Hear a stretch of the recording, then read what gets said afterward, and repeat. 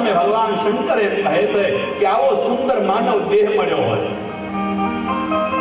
અને છતાંય હરિભજનમાં માણસ પ્રવૃત્ત ન થાય. બીજી કોઈ યોની નથી કે જ્યાં આગળ તમે હરિભજન કરી શકો.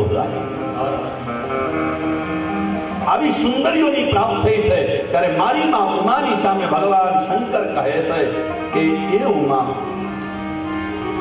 આ જટાયુનો ઉદ્ધાર જોને પરમાત્માએ કર્યો. કેવો આવો દયાળુ દેવ મળ્યો હોય, આટલો કરુણાવાન ઈશ્વર મળ્યો હોય